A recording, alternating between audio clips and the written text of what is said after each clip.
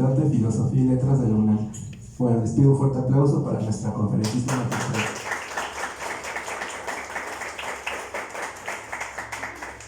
Y les cedo la palabra. Muchas gracias. Antes que nada, mi admiración ante ver a tantas personas congregadas aquí tan tarde para escuchar una conferencia magistral. Entonces, de antemano, gracias por su escucha y su paciencia. Bueno, antes de propiamente presentar la ponencia que preparé, me gustaría dar un poquito de contexto, ¿no? De por qué me interesó hablar de esto. La ponencia es sobre las genealogías feministas. Yo ahorita en mi doctorado estoy intentando investigar cómo el rol y importancia que pueden tener las genealogías feministas en las obras artísticas, ¿no? Dentro de esta tradición de pensamiento y activismo. Y bueno, entonces me interesó mucho pensar la genealogía como un recurso comunitario, ¿no? Como un recurso para discutir los temas importantes, las violencias estructurales a partir de la experiencia vivida, y también en cómo eso se ha permeado también en el mundo del arte. Y bueno, dicho eso, voy a intentar dar un panorama general de las genealogías feministas y dar algunos ejemplos, ¿no?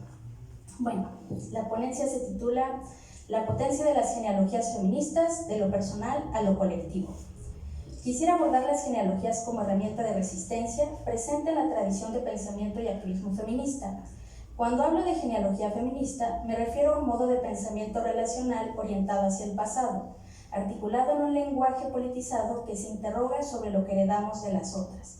Me centraré en cómo la genealogía personal es un recurso reapropiado por los feminismos y una de sus potencias políticas. La posibilidad de pasar de la experiencia vivida, vinculada con lo individual, lo personal y lo íntimo, a la reflexión sistémica y colectiva sobre las diversas opresiones, lo que, a su vez, nos permite descubrir cómo operan de manera situada las violencias y exclusiones sobre corporalidades y subjetividades concretas.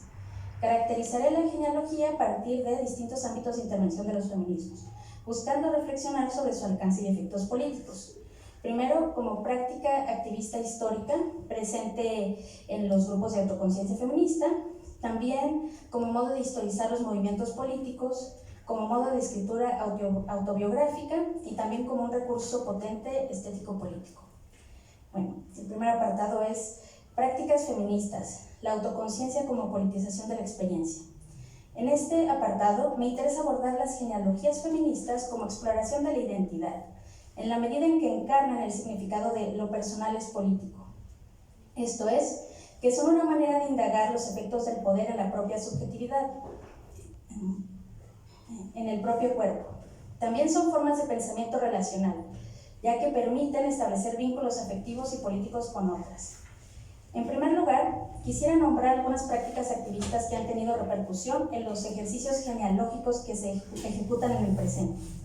Como ejemplo importante de ejercicios genealógicos en las prácticas activistas, retomo los grupos de autoconciencia feminista que surgen en los años 60 y 70, inspirados por los grupos de feministas radicales en Estados Unidos. Alejandra Restrepo refiere que la autoconciencia fue un antecedente decisivo para la genealogía feminista. Cito: se convirtió en un espacio de encuentro en el que las mujeres reconstruían las vivencias y tejían los delgados hilos de la experiencia colectiva. Desde entonces, sin ser catalogadas como genealogías feministas, el interés de las estudiosas de la condición y situación de las mujeres las llevó a recuperar su presencia en la historia y las condiciones sociohistóricas en las que se ha desarrollado el feminismo como movimiento y pensamiento. Fin de cita. Es así que me permito pensar las prácticas de autoconciencia como ejercicios genealógicos en la medida en que se interrogan sobre la procedencia de ciertos efectos de poder en las subjetividades y cuerpos, así como indagan sobre la identidad personal atravesada por las opresiones y, por ejemplo, la socialización. Estos grupos de autoconciencia o concientización eran una manera de tematizar lo común en términos de violencias estructurales y opresiones compartidas. Estos ejercicios colectivos de puesta en común genealógica se corresponden con lo que Teresa de Lauretis llama la tendencia ética del feminismo, el deseo constructivo de conexión, de comunidad, de sororidad, de lo que Adrienne Rich llama el sueño de un lenguaje común. Además de reflexiones grupales y discusiones de textos, estos grupos separatistas enfatizaban la narración de la propia vida, lo que propiciaba colectivizar las experiencias, pasando de lo personal y privado a lo político. Entre otros, se menciona el grupo de New York Radical Women y el grupo de Boston en Estados Unidos. Como referentes teóricos, Kathy Sarachild populariza el término consciousness raising, traducido como concientización, y es significativo que atribuye la idea de cultivar o elevar la conciencia a otra mujer, Anne Porter, en un guiño de reconocimiento genealógico. Sarachild narra los orígenes del grupo de mujeres radicales de Nueva York, quienes se unían para discutir temas de interés común, como la infancia, la situación laboral y la corporalidad femenina. También habla de reticencias y conflictos al discutir la opresión masculina, o bien desigualdades en el reparto del trabajo doméstico y de la crianza. En palabras de Sarachild, cito: el primer trabajo, entonces, era elevar la conciencia y el entendimiento, los propios y de los demás, conciencia que alentaría a la gente a organizarse y actuar a escala masiva. La decisión de enfatizar nuestros sentimientos y experiencias como mujeres y de poner a prueba las generalizaciones y lecturas que hiciéramos a través de nuestra propia experiencia era, en realidad, el método científico de investigación. Era también un método de organización radical probado por otras revoluciones. Fin de cita. Sarachild refiere que el actuar de este grupo fue programático. Primero establecieron discusiones grupales en torno a la situación de las mujeres. Después tuvieron interés en publicar textos para difundir sus prácticas y alentar a otras a replicar este ejercicio. Añade que no había un método específico, sino principios que guiaban el ejercicio. Cito: son los principios radicales básicos de ir a las fuentes originales, tanto históricas como personales, yendo a las personas, a las mujeres mismas, y yendo a la experiencia para la teoría y la estrategia. Fin de cita. En ese sentido, la concientización puede pensarse como práctica genealógica de ir a las raíces de la opresión, utilizando la experiencia y el testimonio como recurso expresivo y punto de partida para el análisis colectivo. Por otra parte, hay que mencionar algunos de los grupos separatistas que practicaron el ejercicio de autoconciencia en Italia: la Rivolta Femminile, el grupo demistificador del autoritarismo patriarcal, conocido como TEMAU, y la Librería de Mujeres en Milán. El referente teórico más conocido es Carla Lonzi, quien propone el término de autocoscienza. Cito una breve referencia de Carla Lonzi, en el que habla de la autoconciencia como un mecanismo de activación cognitiva para las mujeres, de modo que se den cuenta de las relaciones de dependencia que se crean en el sistema del patriarcado. Cito a Carla Lonzi: darse cuenta de que todo ligame con el mundo masculino es un verdadero obstáculo para la propia liberación sirve para hacer brotar la conciencia de sí entre las mujeres, y la sorpresa de esta situación revela horizontes insospechados a su expansión. Es en este pasaje en el que aparece la posibilidad de una acción creadora feminista. En la afirmación de sí misma, sin garantizarse la comprensión del varón, la mujer alcanza aquel estadio de libertad que pone de manifiesto la decadencia del mito de la pareja con todo cuanto tenía de tensiones hacia el ser de quien dependía su destino. El feminismo comienza cuando la mujer busca la resonancia de sí en la autenticidad de otra mujer, porque comprende que el único modo de afirmarse a sí misma reside en su propia especie. Fin de cita.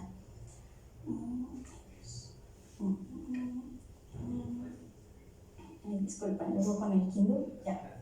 En el libro colectivo de La Librería de las Mujeres, No creas tener derechos, se contextualiza la práctica de autoconciencia en los espacios feministas en Italia. Mencionan que se inspiran en los grupos estadounidenses y fungen como espacios de expresión y colectivización de la experiencia de las mujeres. Asimismo, refieren que los intentos iniciales de grupos de autoconciencia conferían una autenticidad intrínseca a lo vivido personal y a la palabra que lo expresa. Es interesante que las autoras detectan en la autoconciencia un mecanismo de espejeo e identificación recíproca. Cito: yo soy tú, tú eres yo. Las palabras que una dice son palabras de mujer, suyas y mías. La toma de conciencia es el acto político en que se descubre y se afirma la común identidad femenina. Cuando es reconocida, esta común identidad puede unir a las mujeres entre sí mucho mejor que cualquier organización. Fin de cita. Según las autoras, los grupos de autoconciencia decayeron porque la práctica tenía sus límites naturales. Una vez que se ponen en común los temas que atraviesan a las mujeres estructuralmente, hacen falta otros recursos de acción e intervención. Otras prácticas en estos grupos consistían en el reconocimiento de otras mujeres, en la esfera de influencia intelectual y personal, junto con la práctica de affidamento, que en italiano affidarsi quiere decir confiarse. Entonces, affidamento es una forma de relación de confianza entre dos mujeres, una de las cuales tiene alguna posición de ventaja y funge como mediadora simbólica de la otra, para ayudarle a desenvolverse en la sociedad masculina. Un ejemplo que daba, por ejemplo, no me acuerdo si era esta Lonzi o en el libro que les mencionaba, era simplemente una mujer que ayuda a otra a ubicarse en una ciudad a la que acaba de llegar, ¿no? Dice que no tiene que ser una relación jerárquica, ¿no? Pero bueno. Entre otras cosas, los grupos de autoconciencia fueron criticados como meramente expresivos, sin capacidad de organización o acción política. También se criticaron dinámicas de violencia horizontal en los grupos, silenciamiento, agresiones, hostilidades, así como una concepción esencialista y excluyente de lo propio de las mujeres. Además, la academización de los feminismos también jugó un rol en el ocaso de esta práctica.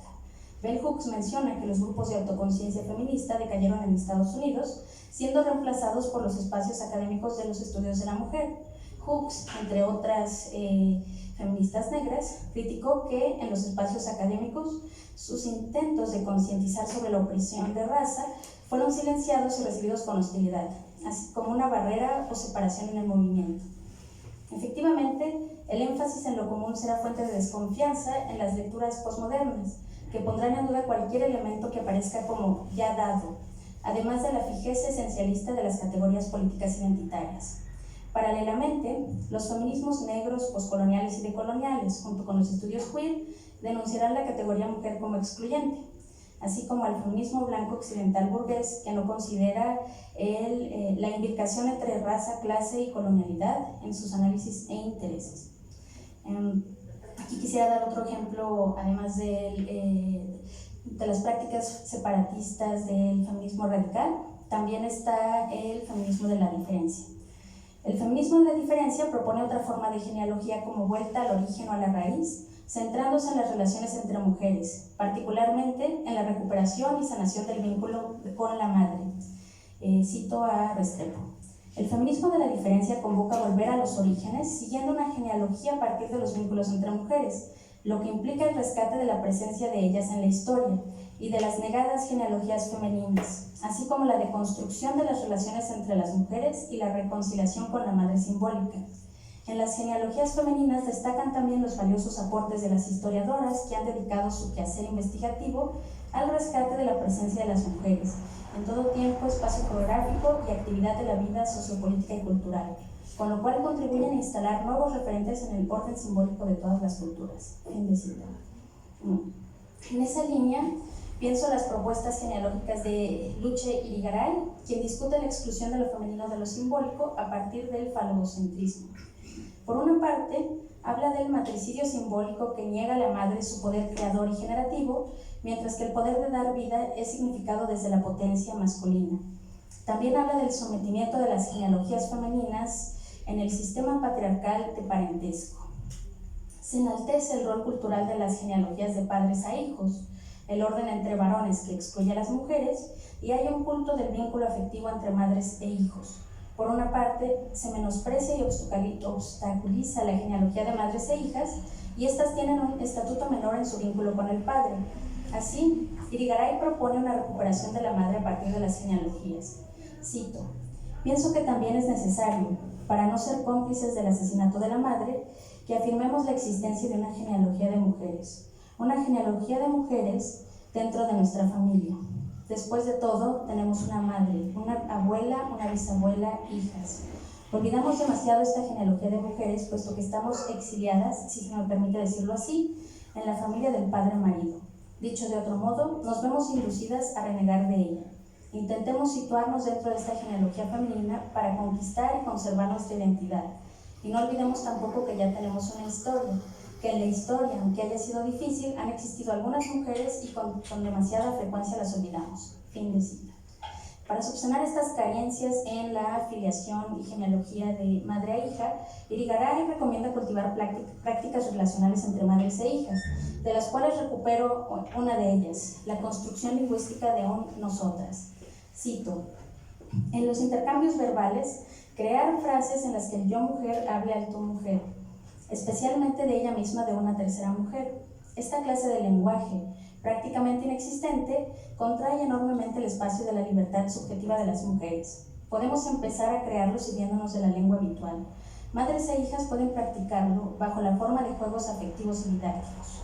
Esto significa concretamente que la madre mujer se dirige a la hija mujer, que utiliza las formas gramaticales del femenino, que habla de cosas que les conciernen, que habla de ella misma e invita a su hija a hacerlo, que evoca su genealogía, en especial la relación con su madre, que habla a su hija de las mujeres que tienen una dimensión pública en la actualidad y de aquellas que la tuvieron en la historia o en la mitología, que pide a su hija que le hable de sus amigas, etc. Fin de cita. Inspiradas en estos planteamientos, el feminismo de la diferencia y el lesbofeminismo han promovido activamente la práctica genealógica de considerar a la madre como el origen y a las relaciones entre mujeres como forma de retorno a la madre y a la esencia. Por su parte, estas corrientes fueron criticadas por su exaltación de lo femenino y se interpretaron desde la crítica al esencialismo. Bueno, aquí pasamos a otro ámbito de la tradición genealógica feminista. Las genealogías archivísticas, la creación de un contracanon artístico. Otro ámbito de intervención de las genealogías feministas se da en la historia del arte. Podemos ver un correlato entre las prácticas de autoafirmación de distintos grupos de mujeres y los intentos teóricos de detectar los trazos de una cultura femenina o sensibilidad femenina. Rita Felsky señala que los intentos por establecer una estética feminista o femenina tienen sus antecedentes tanto en la crítica literaria francesa, a saber, los planteamientos de Hélène Cixous en torno a la escritura femenina y escribir con el cuerpo, como en la crítica literaria anglosajona, que se centró en recuperar a mujeres artistas del olvido y en focalizar la representación de la experiencia vivida de las mujeres. Asimismo, la crítica e historia del arte feminista se centraron en el doble propósito de recuperar a las mujeres artistas olvidadas por la historia masculina, constituyendo así un contracanon, como en estudiar elementos temáticos y formales comunes a las obras de las mujeres. Esto es, propiamente, la hipótesis del arte femenino y de una subjetividad que afecta de manera diferenciada a la sensibilidad y creatividad de las mujeres. Como señalan Silvia Bovenschen y Gisela Ecker en el libro Estética Feminista, esto suscitó debate sobre la distinción entre femenino y feminista y se retomó la discusión sobre el esencialismo. Otra beta genealógica en las estéticas feministas es la propuesta de lecturas resistentes a partir de Federer. En esa línea, Patrocinio Schweikart hace una teoría de la lectura diferenciada por género y propone la experiencia de leer como mujer desde una doble vertiente. Primero, la experiencia estética de una mujer que está ante una obra androcéntrica. Según Schweikart, la experiencia estética de una mujer que recibe una obra androcéntrica es una experiencia de emasculación y de desidentificación. Es decir, como la experiencia de las mujeres no está siendo representada y el punto de vista es masculino, esta autora dice que primero la espectadora se desidentifica como de sí misma como mujer para poder identificarse con la historia universal. Bueno, lo que propone esta autora es la posibilidad de conectar con el punto de vista.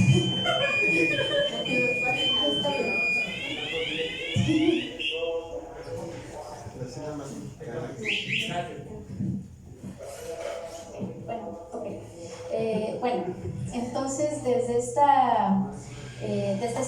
estos intentos estéticos también de establecer lecturas genealógicas del arte, Schweikart propone, podríamos decir, un modo de leer como mujer, ¿no?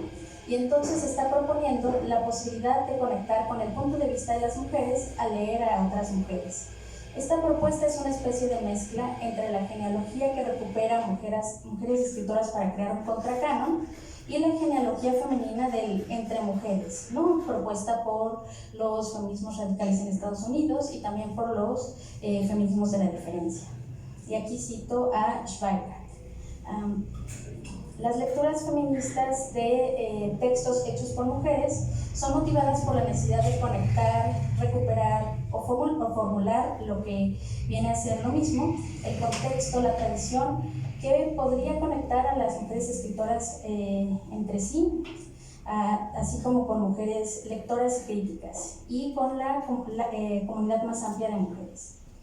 Bueno, del mismo modo, la hipótesis de un arte femenino, ya sea en los procesos de creación como de recepción, ha sido seriamente cuestionada en el ámbito de la estética. Es decir, podríamos ver que estos intentos de leer genealógicamente la historia de las mujeres a partir de las nociones de experiencia y subjetividad común, o a partir de, por ejemplo, de una feminidad compartida, han sido criticadas, digamos, en el contexto filosófico, les decía, tanto desde las críticas posmodernas a ciertas categorías que se asumen como coherentes, como también en este caso, lo que asumían este tipo de estéticas sobre el arte, ¿no? Entonces, la hipótesis y la propuesta de un arte femenino en los procesos de creación o de recepción también fue cuestionada, ¿no? Así como los intentos genealógicos de llegar a este retorno a lo femenino. Entonces, en el caso del arte femenino, se cuestiona tanto desde la perspectiva del esencialismo o desde el prescriptivismo artístico, ya que normalmente desde la crítica de arte feminista solía haber ciertas preferencias de estilo, ¿no? Por ejemplo, las críticas que retomaban la idea de un arte femenino, de un arte que pudiera expresar como que esta subjetividad femenina, que fuera más allá del falogocentrismo, favorecían, por ejemplo, una escritura modernista, ¿no? Mientras que el tipo de escritura que presuponía que el arte es un vehículo expresivo para la experiencia de las mujeres y que mediante el arte podemos ver reflejadas esas experiencias, favorecía un estilo realista. Entonces, digamos que ambas empresas, tanto las genealogías feministas desde los espacios separatistas de autoconciencia y reflexión, como los intentos de crear un arte feminista o femenino, fueron cuestionados, ¿no? Bajo argumentos similares. Y bueno, parece que una tendencia genealógica en el arte, o podríamos decir una intervención feminista genealógica sobre el arte, que no ha caído, podríamos decir, en esta acusación de esencialismo necesariamente, es justamente la tarea de recuperar a las mujeres del olvido, ¿no? Esta operación archivística que busca crear un contracanon y que continúa siendo una operación vigente en los feminismos, si bien se cuestiona en ocasiones el rol legitimador que tiene el canon. Y bueno, si esto les interesa, por ejemplo, hay una obra de arte que juega con esta idea de crear un contracanon histórico, que es The Dinner Party de Yuri Chikawa, que se expone en el Museo de Brooklyn. Esta obra tiene la forma de una mesa triangular con asientos y platos asignados a mujeres ilustres, además de que los platos, cada plato que está asignado a alguna mujer, tiene forma de vulva, ¿no? Entonces está reivindicando tanto a las mujeres ilustres como a ciertos elementos de la feminidad. Bueno, continúo con otra forma de genealogía que ha sido relevante para los feminismos, que es, además de estos intentos iniciales de establecer aquel terreno común entre las mujeres a partir de ejercicios de autoconciencia o bien a partir de una subjetividad que se vería reflejada en el arte, también surge la genealogía como una tarea histórica del feminismo, ¿no? La tarea de recuperar la historia de los movimientos. Y bueno, aquí hacer una observación que si nos pasamos, por ejemplo, tanto en las genealogías como ese espacio entre mujeres, como en las genealogías creadas en el ámbito del arte, pareciera que estos intentos históricos por establecer un terreno en común entre mujeres han sido descartados bajo el argumento del esencialismo ingenuo, ¿no? De estar presuponiendo una subjetividad ya dada que se repetiría en cada mujer. Sin embargo, no puedo dejar de enfatizar la importancia que han tenido estos ejercicios en la historia política de los feminismos. Las genealogías han tenido un rol cognitivo y epistémico que parte de pedagogías del autoconocimiento para comprender cómo estamos insertas en los sistemas de opresión. También han tenido una importancia afectiva y expresiva en la medida en que se busca la creación de espacios seguros para verbalizar y compartir las experiencias y emociones. Y han tenido un rol político al colectivizar las experiencias. Al ser una vía autónoma de representación y autorrepresentación de las mujeres, así como de creación de lazos comunitarios y de cooperación.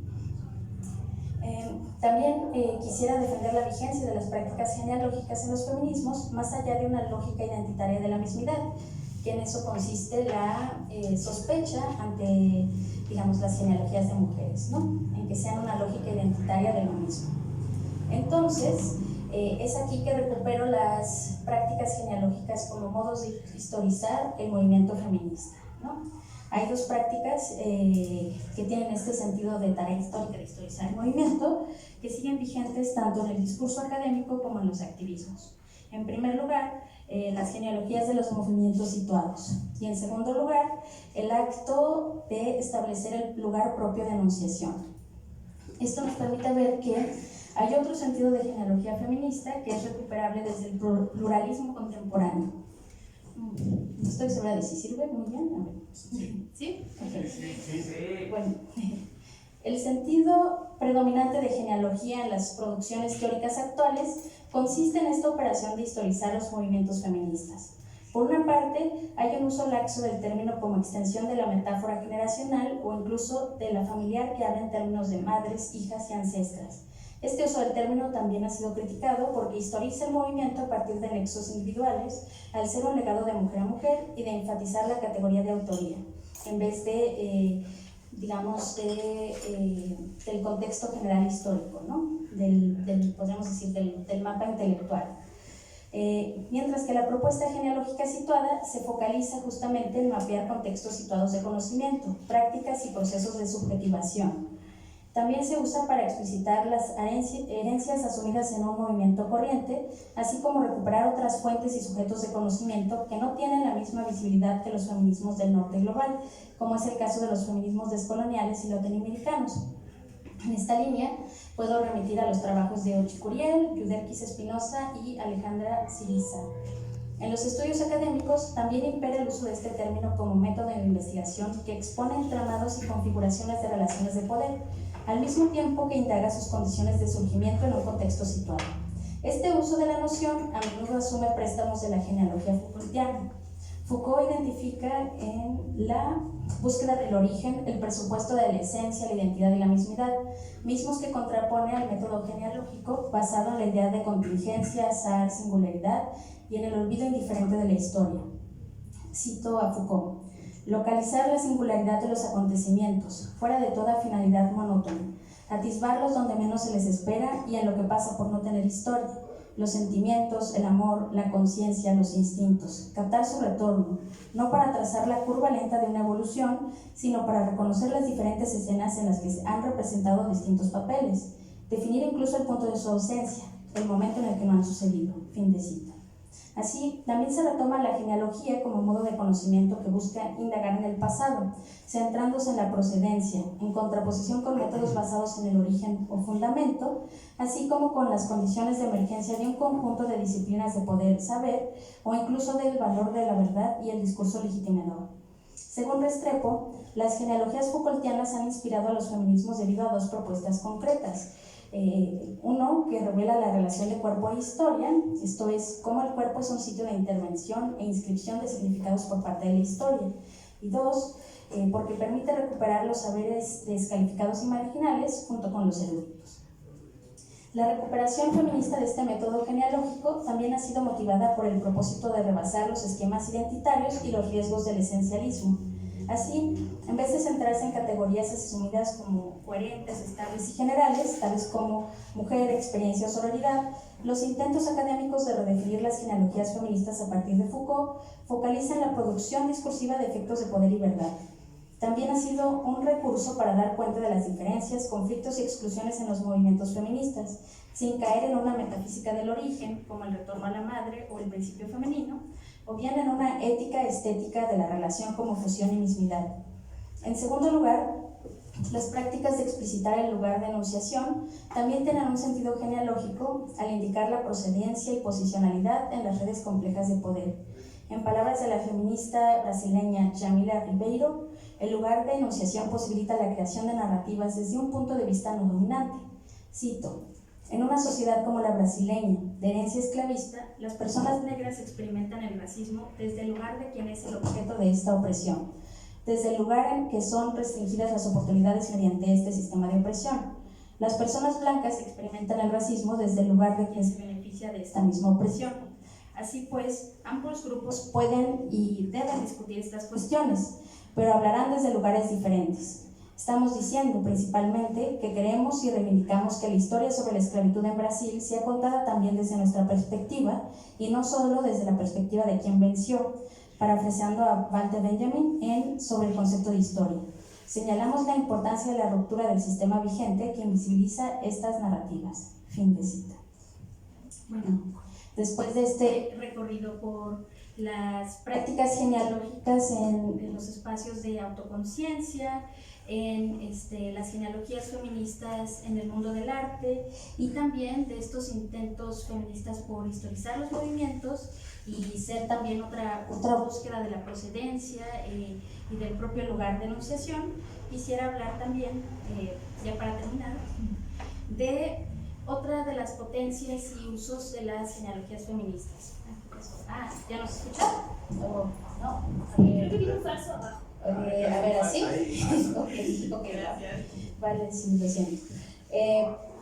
Y aquí voy a hablar entonces de cómo las genealogías también han sido un recurso en la escritura autobiográfica, ¿no? En este apartado que titulé Las genealogías como escritura autobiográfica, la casa de la justicia y de la diferencia. Aquí, en primer lugar, me pregunto si es posible retomar las genealogías feministas desde una beta antiesencialista que no parta de este deseo de mismidad y función, que ha sido criticada como paradigma equívoco de la comunidad, sino que parta de la relación con la alteridad, de una relación de apertura hacia la alteridad. Mi postura personal ante los ejercicios genealógicos como exploraciones de la identidad personal y social es positiva. El legado de las tradiciones genealógicas como búsqueda de conexión, como colectivización de la experiencia a partir del testimonio, siguen influyendo las prácticas y teorías contemporáneas.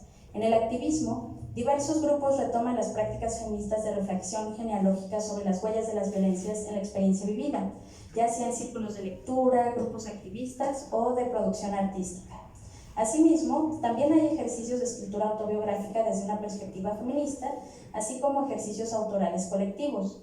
Algunos ejemplos vigentes son dos proyectos de escritura coordinados por Alejandra M. Vázquez, que pueden pensarse como genealogías del cuidado. El blog Pensar lo Doméstico, en el que se explora la relación personal con los cuidados, las cuidadoras, las personas y espacios que cuidamos mediante el ensayo. Y también el libro de autoría de Alejandra M. Vázquez, Su cuerpo de Harán, que entre otras cosas narra cómo pasó de ser cuidada por su abuela a ser su cuidadora, ¿no?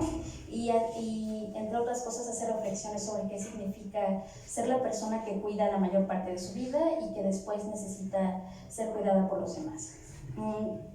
Estos ejemplos me inspiran a pensar en las posibilidades críticas de las genealogías feministas. A raíz de todo lo dicho, podemos pensar las genealogías como modos relacionales de pensamiento orientados hacia el pasado, que indagan en la procedencia, renunciando al origen como fundamento, que parten de conocimientos parciales y situados, desistiendo así de la universalidad descontextualizada, a la vez que contribuyen a enriquecer los archivos feministas. Las genealogías feministas no se limitan a hacer excavaciones en el pasado, sino involucran distintas temporalidades que rompen con el esquema lineal del progreso. Por una parte, muestran cómo el pasado se prolonga en el presente y se proyecta hacia el futuro, pero también muestran los efectos retroactivos del presente sobre el pasado, por ejemplo, en la reescritura de las narrativas, de las historias dominantes, y cómo esta operación de reescritura posibilita otros futuros. Este tipo de estrategias también permiten iluminar la experiencia vivida, haciéndola visible e inteligible, dando paso a la expresión y colectivización de afectos complejos como el duelo, trauma y heridas derivados del contexto de violencia y opresión. En ese sentido, las genealogías feministas serían formas de pensar desde el cuidado por la alteridad, de reconfigurar nuestras nociones y representaciones y de recuperar y recopilar la memoria colectiva. En ese sentido, recupero la genealogía como herramienta para construir y reparar lazos con las otras, como modo de reconocimiento de los legados que asumimos y como recurso comunitario de resistencia. Esta inquietud por reivindicar el pasado desde el cuidado y politización de los afectos Va acompañada por una actitud de atención y curiosidad que nos permite apreciar las singularidades y los encuentros. En esta línea, la definición del cuidado según Tronto y Fisher abre pautas para profundizar en los alcances restaurativos de una genealogía. Cito: todo lo que hacemos para mantener, continuar y reparar nuestro mundo, de manera que podamos vivir en él lo mejor que se pueda. Ese mundo incluye a nuestros cuerpos, a nosotros mismos y a nuestro ambiente, aspectos que buscamos entrelazar en una red compleja que sostiene la vida. Fin de cita. ¿Cómo podemos aplicar esta visión del cuidado a los ejercicios genealógicos? Siendo muy consciente de las diferencias entre los actos de cuidado, el acto físico de sostener la vida y satisfacer necesidades específicas de alguien, y los ejercicios de memoria, como reelaboración y reinterpretación del pasado, quisiera plantear las genealogías feministas como una extensión simbólica del cuidado, una forma de pensar y relacionarse desde el sentido de responsabilidad ante la alteridad. Esto es, que las genealogías feministas surgen de la preocupación por las otras, así como del propósito de mantener, continuar y reparar nuestras mundas, las redes entrelazadas que sostienen nuestras vidas. Para reflexionar sobre cómo los ejercicios genealógicos pueden apoyarnos en esta labor restaurativa, recurrí a dos obras autobiográficas feministas. Una es Sammy, una biomitografía de Audre Lorde, y la otra es El invencible verano de Liliana, de Cristina Rivera Garza. De la mano de Lorde me inspiro para enfatizar la potencia de las genealogías feministas, de preguntarnos por la fuente de nuestra fortaleza y de nuestro yo relacional. Cito: ¿a quién le debo el poder que hay detrás de mi voz? ¿En qué fuerza me he convertido, que leuda como brota de repente la sangre bajo la magulladura de la piel contusionada? ¿A quién le debo los símbolos de mi supervivencia? ¿A quién le debo la mujer en la que me he convertido? Fin de cita. Este ejercicio, simple y profundo a la vez, puede ser reactivado por cada una a manera de rememoración y práctica cognitiva, haciendo eco de los grupos de autoconciencia feminista. Las genealogías son sumamente personales a la vez que tienen alcances sistémicos. En ellas se concreta la frase "lo personal es político" en la medida en que colectivizan la experiencia vivida. La potencia de este recurso consiste en que permite construir lazos comunitarios, exponer entramados de relaciones complejas en las que estamos inmersas, a la vez que posibilita otros vínculos que estaban clausurados. Además, la escritura autobiográfica de Audre Lorde parte de una exploración genealógica de las redes de relaciones y alianzas que han dejado huellas afectivas en ella, así como conocimientos indispensables para su supervivencia. Cito: pero gracias a lo que ella, mi madre, sabía y a lo que pudo enseñarme, sobreviví en las calles mejor de lo que habría podido imaginar. Encontré a otras mujeres que me apoyaron y de las que aprendí otras formas de amar, como cocinar alimentos que nunca había probado en casa de mi madre, como conducir un coche con cambio de marchas, como abandonarme sin perderme. Sus siluetas se unen a las de Linda, las abuelas Grandma Liz y Grand-Aunt Annie en mi ensoñación, donde bailan blandiendo una espada y sus pasos lentos y majestuosos recuerdan una época en la que todas fueron guerreras. Cuando hago mis libaciones, mojo el suelo en homenaje a mis antepasadas. Fin de cita. Pensando con Lorde sobre las posibilidades afectivas de las genealogías, me centro en las huellas de la violencia sistémica y las respuestas feministas que buscan restaurar la propia munda. Cuando una corporalidad es significada e interpretada culturalmente desde los esquemas de la otredad o subalternidad, según género, raza, clase, etnia, etc., surgen preguntas sobre cómo habitar nuestro contexto de manera diferente, cómo seguir viviendo, cómo trabajar con la propia imagen y corporalidad. La exploración de las propias genealogías desde una mirada feminista es una respuesta posible y parcial a las interrogantes sobre cómo mantener la lucha colectiva, cómo continuar resistiendo desde los márgenes, cómo reparar nuestros lazos, sanar las heridas y traumas propios de los sistemas de opresión. Incluso, a menudo, dichas genealogías sirven para continuar esas preguntas, planteándolas en un contexto distinto. En suma, pueden caracterizarse como tarea individual y colectiva que permite mantener, continuar y reparar los lazos de los que formamos parte, hacer vivible la cotidianidad, transitables los espacios y respirable el aire.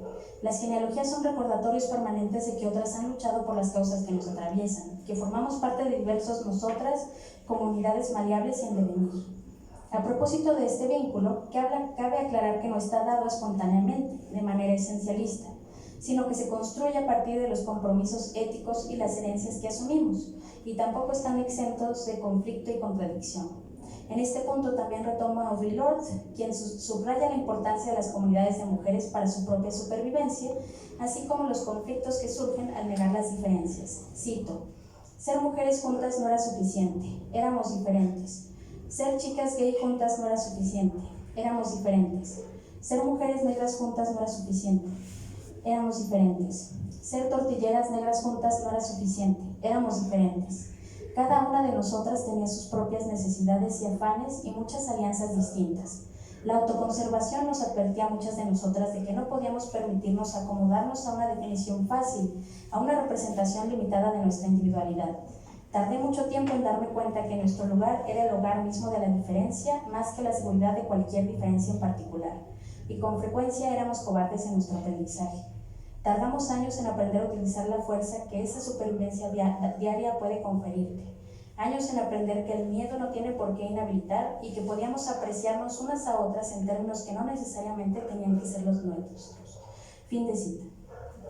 En esta línea, las genealogías feministas nos permiten bosquejar esos hogares de la diferencia, tejer alianzas, recuperar legados, aprender de las otras y con las otras.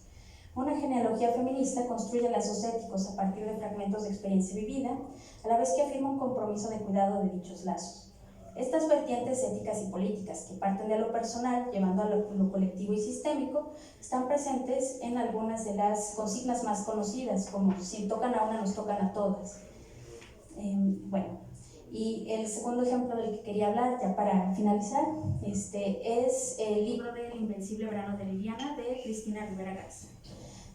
Este libro efectúa una investigación genealógica sobre los últimos años de vida de Liliana Rivera Garza, su hermana menor, quien fue víctima de feminicidio por parte de su expareja en la Ciudad de México en 1990. Esta obra es un texto híbrido entre la genealogía personal a partir de la escritura de su hermana, notas, cartas, poemas recados, testimonios de familiares y amistades que la frecuentaron esos años, y la narración y reflexiones de Cristina Rivera Garza. Uno de los recursos más potentes en esta obra es el entrecruce de la genealogía como búsqueda de justicia restaurativa para Liliana y la genealogía de la lucha feminista en contra de las violencias sexistas. En esta línea, un pasaje polifónico mezcla la demanda individual de justicia con la canción de las tesis Un violador en tu camino. Cito: busco el expediente, dije tartamudeando. ¿Solo eso?, preguntó extrañada la voz al otro lado del teléfono. Es feminicidio, impunidad para mi asesino. Es la desaparición, es la violación. Entonces me di cuenta, en el transcurso de esa llamada, de lo poco que pedía. No, dije, atajando lo que parecía ser el fin intempestivo de la llamada. No, busco algo más. El violador eres tú. Busco que se localice al culpable y que el culpable pague por su crimen. Volví a guardar silencio otra vez. Tragué saliva. Busco justicia, dije finalmente. Y lo repetí otra vez, convirtiéndome en eco de tantas otras voces. Lo repetí una vez más, ahora con mayor firmeza, con absoluta claridad. El Estado opresor es un macho violador. Busco justicia. Y la culpa no era de ella, ni dónde estaba, ni cómo vestía. Busco justicia para mi hermana. Fin de cita. Una genealogía feminista nos puede señalar algunas heridas que llevamos arrastrando por varias generaciones, pero también puede visibilizar los mecanismos de resistencia, las fugas, las estrategias para lidiar con las violencias. Así como Lord parte de los lazos y aprendizajes heredados que le permitan sobrevivir, Rivera Garza habla de cómo la tradición de pensamiento y activismo feminista, junto con su lenguaje político, le otorgaron la fuerza para luchar por Liliana 30 años después de su muerte. Sí, hasta que llegó el día en que, con otras, gracias a la fuerza de otras, pudimos pensar, imaginar siquiera que también nos tocaba la justicia, que la merecías tú, que la valías tú también entre todas las muchas, entre todas las tantas, que podíamos luchar en voz alta y con otras para traerte aquí a la casa de la justicia, al lenguaje de la justicia. Fin de cita. A su vez, el sentido de acompañamiento y pertenencia a una genealogía de lucha también está presente en un pasaje en el que sus huellas se confunden simbólicamente con las huellas de las mujeres que protestan, han protestado y protestarán en contra de las violencias machistas. Cito: mujeres siempre a punto de morir, mujeres muriendo y sin embargo vivas, reclamaron el derecho a seguir vivas sobre este suelo tan manchado de sangre, aquí mismo por donde pasamos hoy. Un pie sobre una huella, muchas huellas, más pies. Nos confundimos ahora. Los pies que se ajustan a las siluetas invisibles de otros pasos, las siluetas que se abren para dar cabida a nuestros pies. Somos ellas en el pasado y somos ellas en el futuro, y somos otras a la vez. Somos otras y somos las mismas de siempre, mujeres en busca de justicia, mujeres exhaustas y juntas, hartas ya, pero con la paciencia que solo marcan los siglos, ya para siempre enrabiadas. Fin de cita. A modo de cierre, propongo un ejercicio reparativo y genealógico, siguiendo la tradición de autoconciencia feminista y para conmemorar también a las mujeres que luchan contra las violencias sexistas, racistas, colonialistas de clase, resistiendo cada una de sus trincheras. Y finalizo repitiendo las palabras de Audre Lorde. ¿A quién le debo el poder que hay detrás de mi voz? ¿En qué fuerza me he convertido que leuda como brota de repente la sangre bajo la magulladura de la piel contusionada? ¿A quién le debo los símbolos de mi supervivencia? ¿A quién le debo la mujer en la que me he convertido? Bueno, gracias por su paciencia.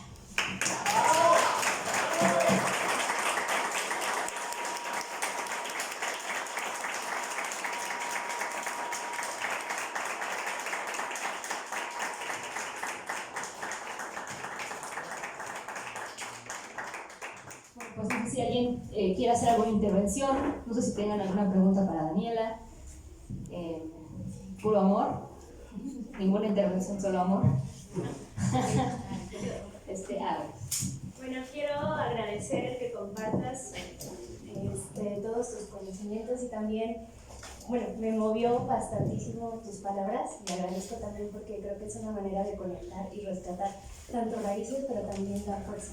Entonces, valoro muchísimo tu trabajo y yo me quedo con la duda de hay más, yo quiero conocer qué más hay detrás, ¿no? Esta parte de también es una llamada a la acción, ¿no? Entonces, como mujeres es algo que nos atraviesa y creo que es un compromiso muy fuerte. Entonces, agradezco muchísimo pues, este recorrido, ¿no? Tanto histórico, me hizo pensar muchísimas cosas, muchas posturas y bueno, me quedo con ganas de más. Gracias. Muchas gracias. Sí, bueno, creo que sí se escuchó, porque ya no va a alcanzar hasta allá. Cargando también. Sí, bueno, nada más quería preguntarte, digamos, yo concibo como que es muy necesario actualmente en la filosofía plantear una filosofía del cuidado, ¿no? O sea, plantear como nuevas, no sé si llamarle éticas, pero sí como filosofías del cuidado.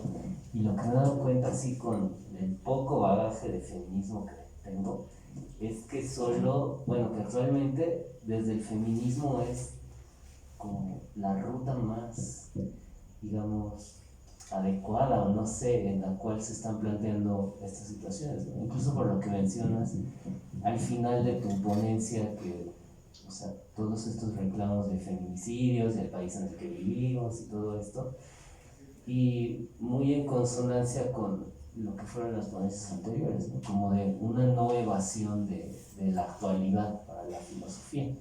Entonces, no sé, bueno, más allá de toda esta amplia bibliografía que nos diste y todo, ¿cómo se podría hacer como una nueva filosofía o una filosofía del cuidado, ¿no? Gracias. Bueno, no sé si quizás aquí yo ¿cómo diría? En típica salida de Daniela y también siguiendo con esta beta genealógica de respeto, diría que quizás más que buscar como una nueva filosofía del cuidado, podríamos empezar conociendo las propuestas de cuidado que hay, ¿no? Por ejemplo, sé que hay propuestas de colectivización del cuidado, hay propuestas de incorporar el cuidado a las sociedades como una forma también de democratizar la sociedad, ¿no? Y también de terminar con las desigualdades estructurales, ¿no? Porque una de las autoras que citaba, Joan Tronto, habla de que las estructuras de desigualdad en los cuidados también tienen el efecto de colocar a quien cuida en la posición como de otredad, ¿no? Y de vulnerabilidad.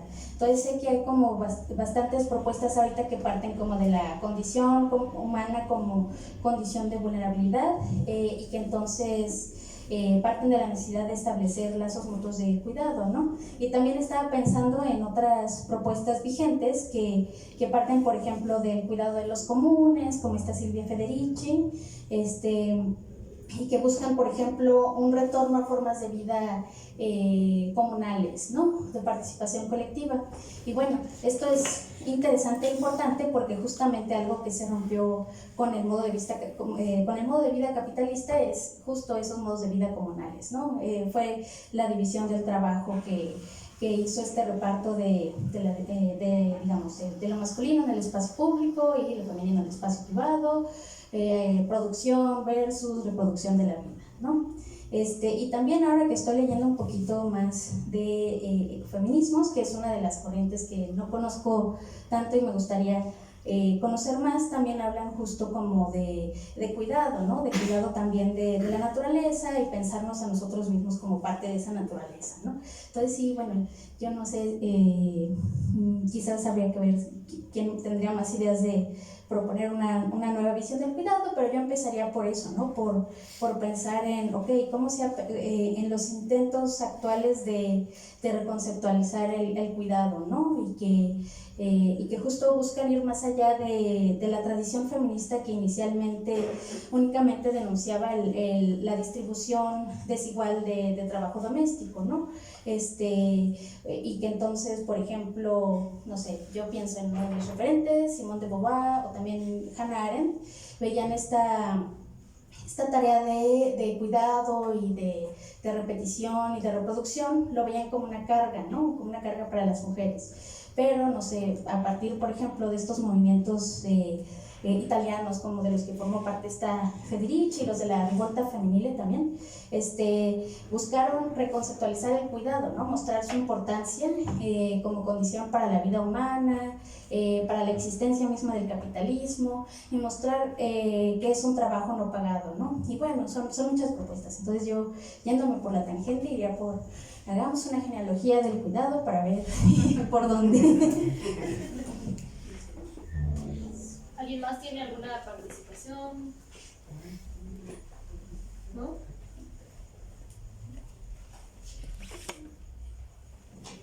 Bueno, pues yo quiero agradecer especialmente a Daniela por haber aceptado esta invitación. Creo que todos salimos muy contentos con su charla y más que contentos, creo que es importante señalar que también salimos pensando muchas cosas, ¿no? Que se van a quedar ahí para ser trabajadas en el futuro.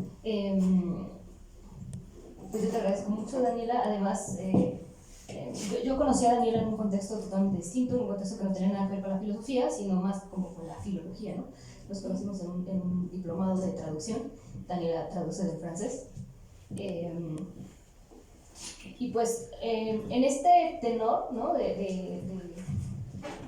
Retomando esta idea como del cuidado, etcétera, justo ahorita que estaban hablando acerca de esos temas que Iván hizo su pregunta, yo me puse a pensar acerca de las distintas condiciones que nos impiden a veces como, pues justamente llevar a cabo este tipo de dinámicas que tienen que ver con el cuidado, y creo que una de esas también tiene que ver con lo que estamos viviendo ahora, con lo que pasó con la pandemia, etcétera, y que también siento que una manera de abordar estas cuestiones que tienen que ver con el cuidado es haciendo comunidad, ¿no? O sea, es a través de eventos como este que tienen o que llevan ahí implícito el poner atención al otro, ¿no? O sea, el compartir con los demás. Muchas veces reflexionamos, o sea, estamos interesados en la filosofía, reflexionamos en torno a estas cosas en casa, solos, con amigos, etcétera, pero pues ya abrirlo digamos que al ámbito pues un poco más público, por decirlo así, creo que forma parte como de esta idea de cuidar de los unos de los otros, de estar al pendiente de lo que los demás, de lo que les importa a los demás, de las necesidades de los demás, de lo que están rumiando los demás, que también es como muy muy importante, ¿no? Hay veces en las que nos centramos mucho en lo que nos importa a nosotros, en los temas que nos interesan, en las cuestiones filosóficas que nos acosan, por decirlo así, pero también tener contacto con el otro, con los otros, etcétera, con las otras, creo que nos abre a otras posibilidades que de otra manera, a las que de otra manera no podríamos acceder, ¿no? Y eso a mí se me hace como muy, muy importante. Pues te agradezco mucho, Daniela, y también les agradezco mucho a ustedes pues, por haberse sumado a este ejercicio. Y también quisiera, antes de que pasáramos a la parte de la convivencia informal, pues quisiera, pues sobre todo agradecer y presentar a los otros compañeros del colectivo. Y pues bueno, no sé, para mí ha sido algo muy bonito porque me pongo a pensar que cuando uno quiere hacer cosas solo, pues no tiene no puede, no goza pues del alcance que tiene que ver con lo colectivo, ¿no? O sea, yo creo que si cualquiera de nosotros hubiéramos querido hacer este tipo de eventos solos, pues no, o sea, son muchas cosas, son muchas cuestiones que tienen que ver con organización, con dividir tareas, etcétera, y eso a mí me hace muy feliz, y me hace muy feliz específicamente ahorita que acabamos de salir de la pandemia y que estamos tratando como de retomar este tipo de ejercicios, ¿no? Está Iván, está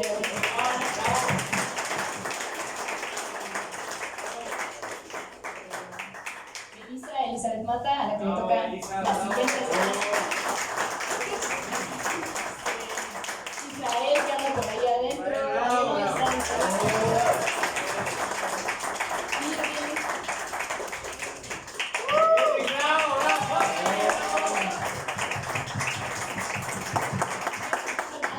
Demetrio, ¿dónde está? Demetrio fue nuestra razón, nuestro reloj,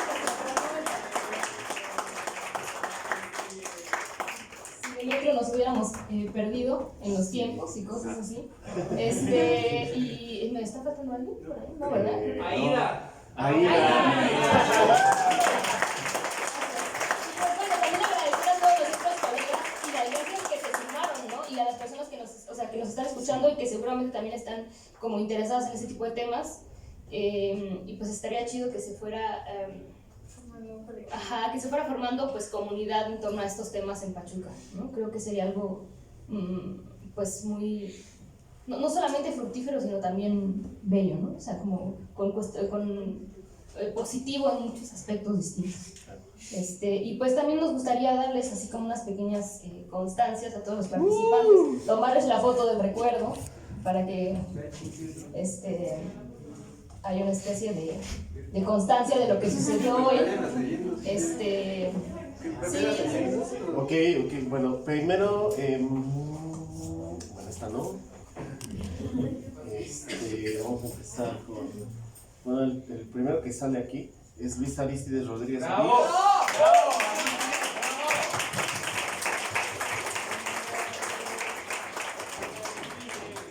Para que la pongan por ahí.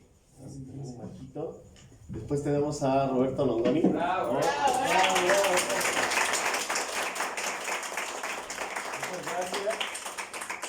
gracias. A Saúl Yair del Palo.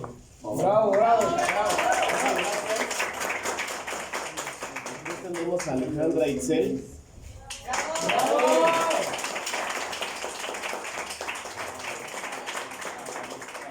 Muchas gracias. Gracias. Y después tenemos a Daniela. ¡Bravo!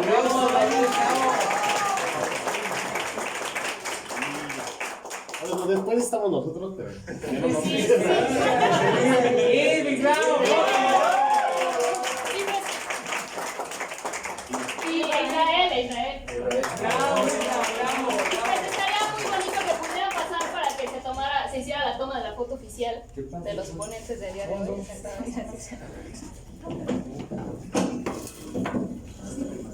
Como equipo de fútbol. sí. El portero va al tiro.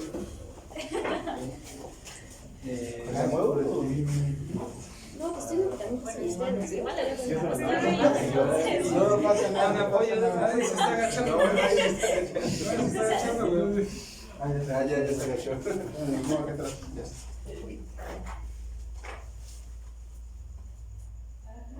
Volvemos. Ahí está. Cada quien sale viendo una cámara. ¡Bravo!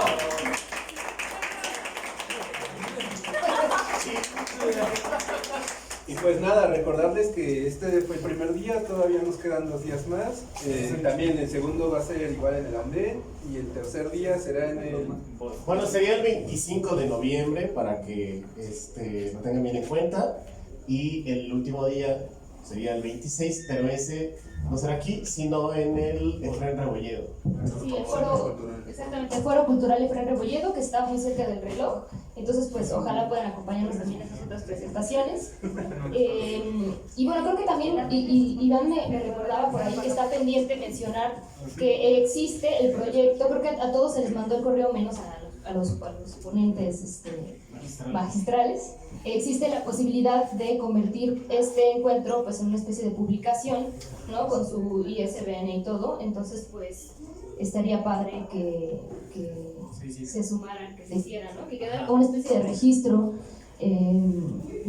pues de este intento como de poner sobre la mesa todos estos temas, ¿no? Sí, bueno, va a ser una publicación electrónica, eso habría que decirlo, pero lo importante es que va a ser descargable gratuitamente. Entonces yo creo que eso también es muy importante y que creo que también es coherente con lo que se ha venido discutiendo hoy, de hablar de los problemas, pero también desde el cuidado, desde el amor, incluso podríamos como darlo gratis, ¿no? Y creo que es coherente con lo que hemos venido diciendo hoy.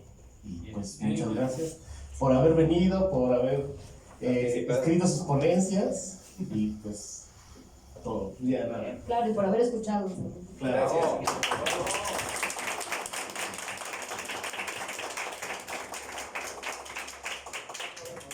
Espero que después Sí, de las sí, las pueden rellenar.